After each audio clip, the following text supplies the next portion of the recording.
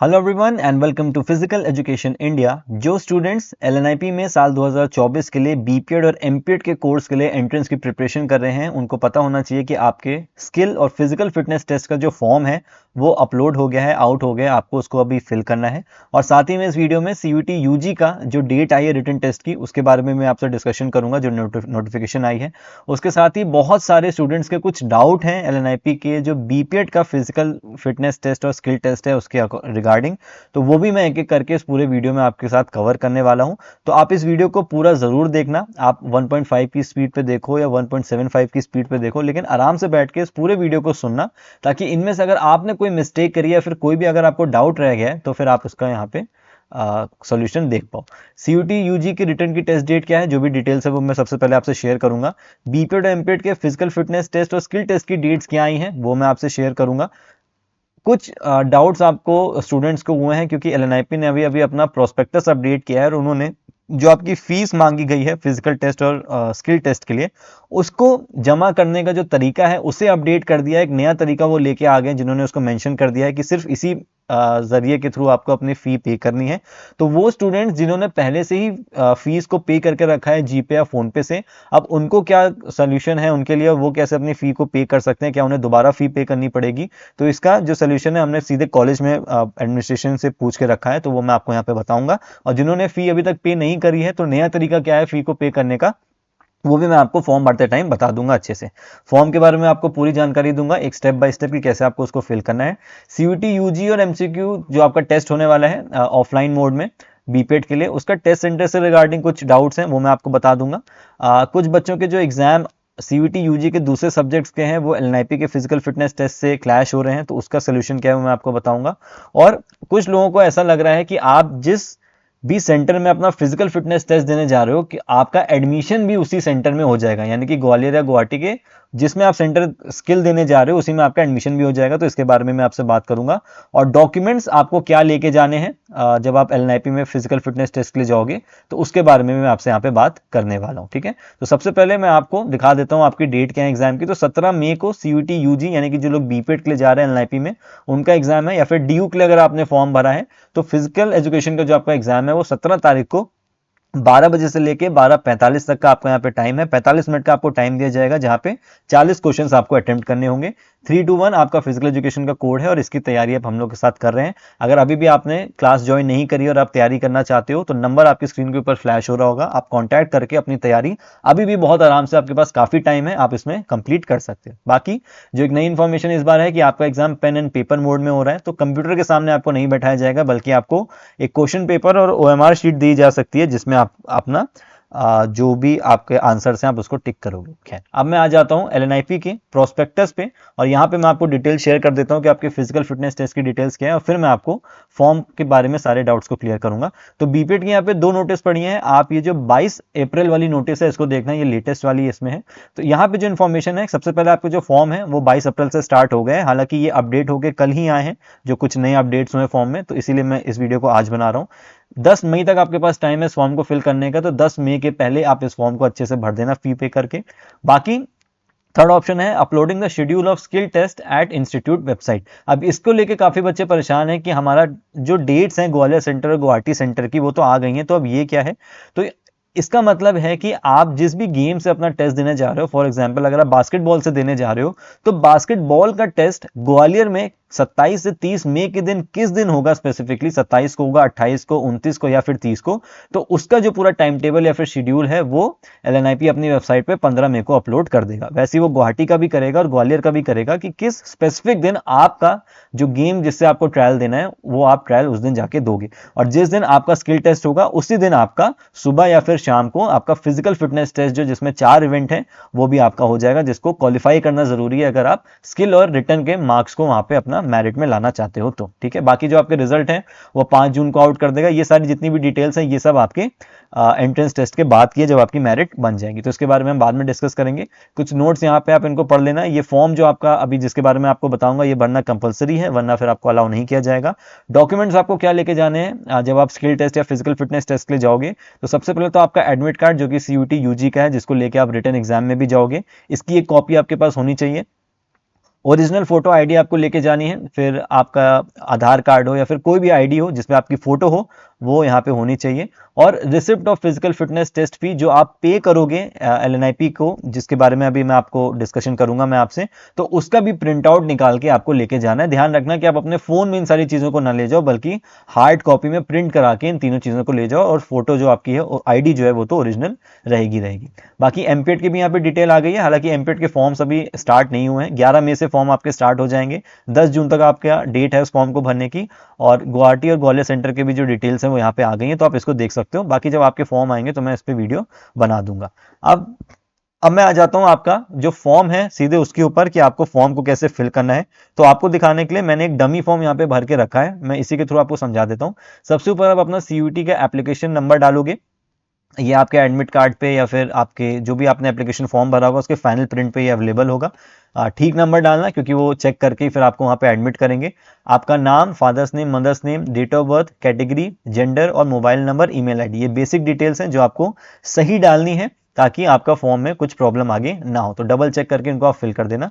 इसके बाद आपसे पूछा जाएगा कि फिजिकल फिटनेस टेस्ट सेंटर आप कौन सा चॉइस करना चाहते हो। अब यहीं पे अपना इस डाउट को क्लियर कर लो कि फॉर एग्जांपल अगर आप ग्वालियर में जाके अपना फिजिकल फिटनेस या स्किल टेस्ट को देना चाहते हो, तो इसका मतलब ये नहीं है कि फाइनल मेरिट आने के बाद अगर आप अच्छी रैंक लेके आते हो एलएनआईपी के अंदर तो आप गुवाहाटी में एडमिशन नहीं ले सकते हो। ऐसे ही सेम जो बच्चे नॉर्थ ईस्ट के हैं या ईस्ट में रह रहे हैं इस समय और उनको गुवाहाटी सेंटर ज्यादा पास पड़ रहा है, तो आप बिल्कुल यहाँ पे गुवाहाटी को सेलेक्ट करके फिजिकल फिटनेस टेस्ट जो है वो वहां पे जाके गुवाहाटी में दे सकते हो। और अगर आपकी रैंक अच्छी आती है तो बिल्कुल आप ग्वालियर सेंटर को ऑप्ट करके यहाँ पे अपना 4 साल की जो बीपीएड की पढ़ाई है वो यहाँ पे कर सकते हो। तो जो डाउट था आपका कि आप जिस सेंटर में फिजिकल फिटनेस टेस्ट देने जा रहे हो क्या उसी में हमको पढ़ाई भी करनी पड़ेगी, तो ऐसा नहीं है।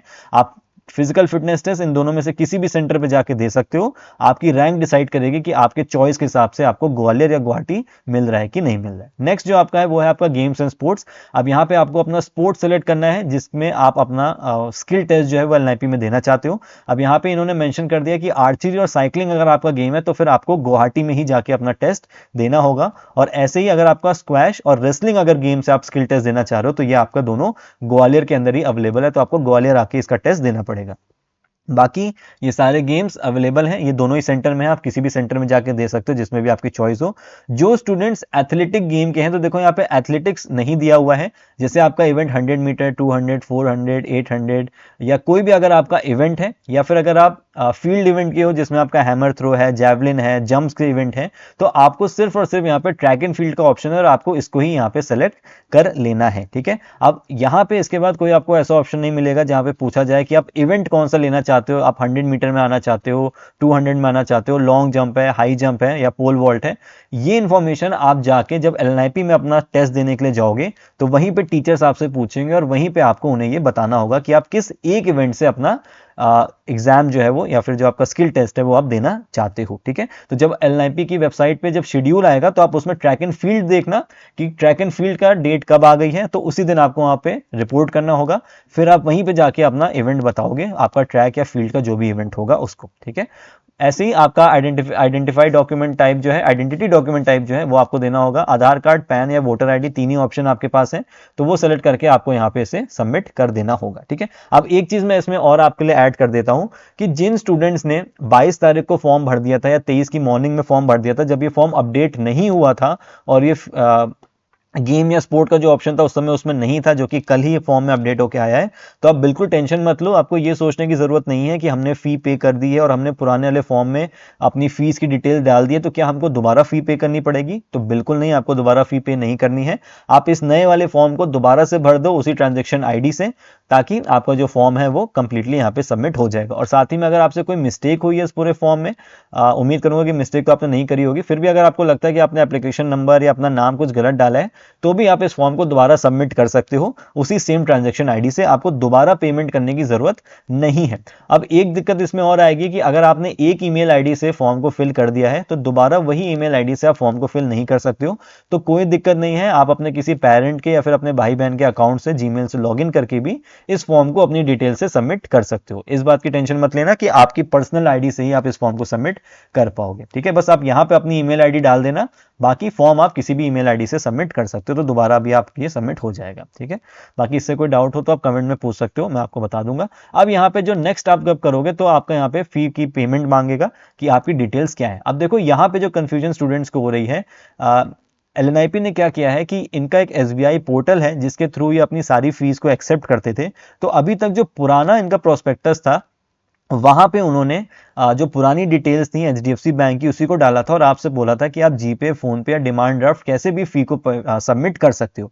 लेकिन अभी जो रिवाइज्ड प्रोस्पेक्टस एलएनआईपी ने डाला है, यहाँ पे उन्होंने मेंशन कर दिया है कि जो फीस है वो हम सिर्फ एसबी कलेक्ट गेटवे से ही एक्सेप्ट करेंगे और किसी भी तरीके से एक्सेप्ट नहीं करेंगे। तो इससे काफी स्टूडेंट्स परेशान है कि क्या उनको दोबारा फी को पे करना पड़ेगा।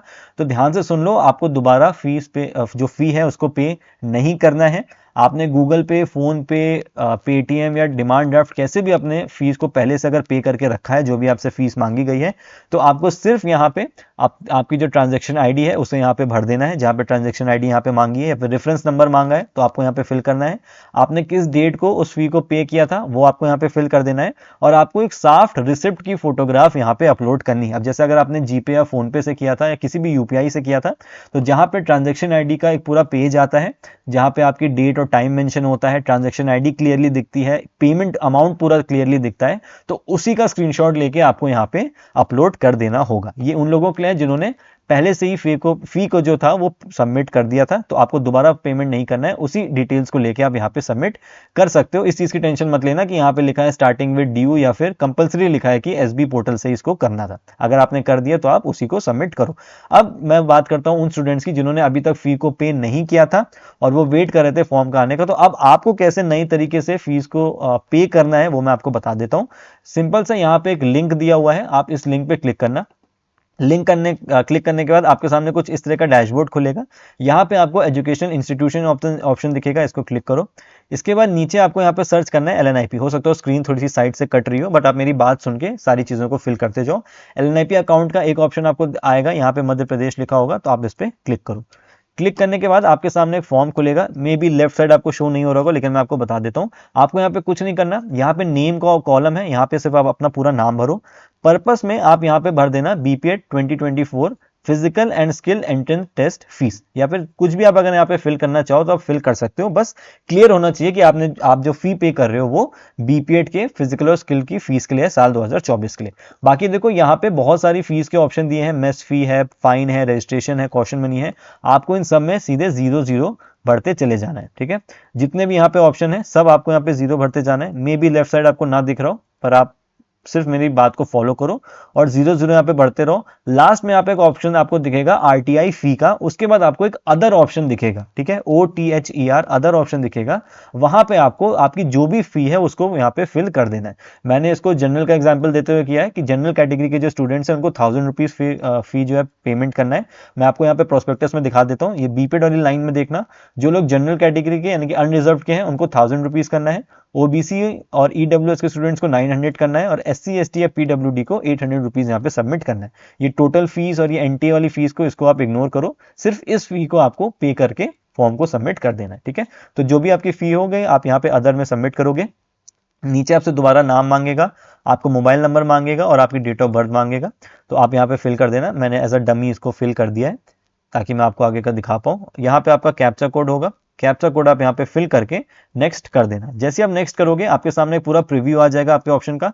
टोटल अमाउंट चेक कर लेना कि सही अमाउंट आपने डाला है कि नहीं, नाम अपना यहाँ चेक कर लेना और पर्पस यहाँ पे चेक कर लेना। बाकी सब कुछ यहाँ पे 0 आएगा क्योंकि आपने 0 डाला था। सिर्फ अदर में यहाँ पे आपका जो भी फी आपको पे करनी है वो यहाँ पे मेंशन होनी चाहिए। जैसे आप नेक्स्ट करोगे अब आपसे यहाँ पे पेमेंट की डिटेल्स के बाद आप कैसे पे करना चाहते हो आपसे ये बोलेगा। तो जनरली लोग आप सब मोस्टली लोग यूपीआई से पे करोगे, तो यहाँ नीचे लास्ट ऑप्शन में अदर पेमेंट मोड्स में यूपीआई का ऑप्शन है, देख लेना। रात में 10:30 से 11:30 काम नहीं करेगा ये, बाकी आप किसी भी टाइम इसको अपलोड कर सकते हो। तो यहाँ पे आपको सिर्फ क्लिक हेयर करना है और यहाँ पे क्यूआर कोड का आपको ऑप्शन मिल जाएगा, तो आप क्यूआर कोड यहाँ पे सिलेक्ट कर सकते हो, या फिर आप अगर चाहो तो सीधे अपना वीपीआई आईडी जो आपकी होती है वो भी फिल करके आप इसको सबमिट कर सकते हो। ठीक है, तो देखो आपको यहाँ पे रेफरेंस नंबर आ गया, वो जो जो ड्यू वाला मांगा तो वो भी आपको यहाँ मिल जाएगा। ट्रांजेक्शन अमाउंट भी चेक कर लेना और फी को सही से सबमिट कर देना। कोश यहाँ पे बिल्कुल गलती मत करना कि आपकी फी 1000 रुपये थी, आपने 800 कर दी या 900 कर दी। अच्छे से एक बार प्रोस्पेक्टस में अपनी कैटेगरी के हिसाब से फी को चेक कर लेना और सिंगल पेमेंट करके इसको आप सबमिट यहाँ पे करोगे, ठीक है। अगर आप किसी दूसरे मोबाइल से या लैपटॉप पे करो तो QR कोड को सिंपली यहाँ पे स्कैन कर लेना अपने UPI अकाउंट से, जीपे से, फोन पे से, तो ये पेमेंट आपकी हो जाएगी। जैसे ही आपका पेमेंट होगा आपके सामने एक रिसिप्ट आएगी, उसको अपने फोन या लैपटॉप में सेव कर लेना क्योंकि उसे आपको अपलोड करना होगा, और फिर आप उसका प्रिंट भी निकाल लेना क्योंकि जब आप LNIP जाओगे तो वहां पे आपको उसे शो करना होगा।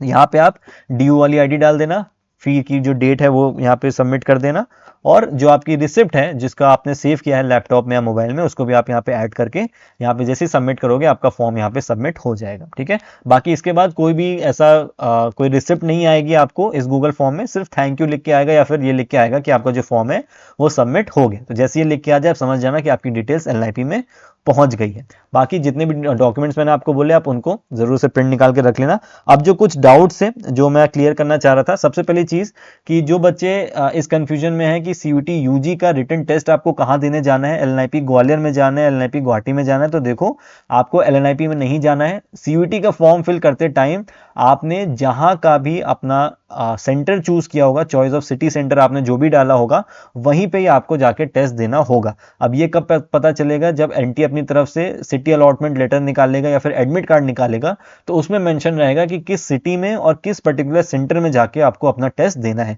तो अगर आप इस कंफ्यूजन में हो कि रिटन टेस्ट भी यानी कि जो आपका MCQ टेस्ट है वो LNIP ग्वालियर या गुवाहाटी में होगा, तो ऐसा नहीं है, LNIP में नहीं होगा। आपने जो भी सेंटर डाला होगा सिटी सेंटर उसी के अकॉर्डिंग आपका टेस्ट वहां पे होगा, ठीक है। सेकेंड चीज, जिन बच्चों का एग्जाम जो है वो फिटनेस टेस्ट के साथ क्लैश कर रहा है, अगर आप कोई दूसरा एग्जाम देने जा रहे हो तो देखो आपके पास दो ऑप्शन है। पहला, अगर आपका जो टेस्ट है कोई भी रिटन टेस्ट है अगर वो ग्वालियर की डेट्स पे क्लैश कर रहा है तो फिर आप गुवाहाटी का फॉर्म फिल करो, आप गुवाहाटी जाके टेस्ट दो। अगर गुवाहाटी के टाइम पे कर रहा है और आप गुवाहाटी जाना चाह रहे थे तो फिर आप अपने टेस्ट को ग्वालियर में शिफ्ट करो ताकि आप अपना रिटन टेस्ट भी दे पाओ और अपना LNIP का टेस्ट भी दे पाओ।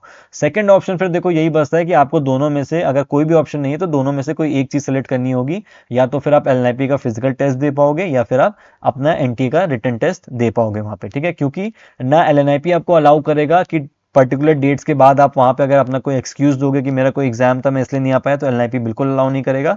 और सेम NTA के लिए भी है, अगर आप उनको बोलोगे कि मैं LNIP में फिजिकल टेस्ट देने गया था तो भी वो आपको दोबारा कोई भी ऐसा ऑप्शन नहीं है कि वो आपको अलग से टेस्ट अपना करवाएंगे।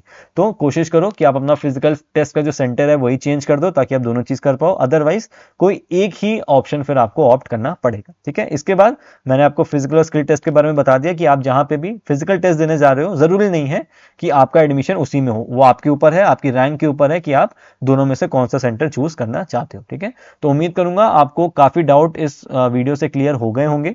फिर भी अगर आपको कोई डाउट है तो आप कमेंट सेक्शन में नीचे लिख सकते हो ताकि जब हम उसका जवाब दें तो बाकी स्टूडेंट भी उससे अपने आंसर को समझ जाएं अगर उनका भी सेम डाउट है तो, ठीक है। So thank you so much for watching this video. अपना ध्यान रखो और अच्छे से तैयारी करो।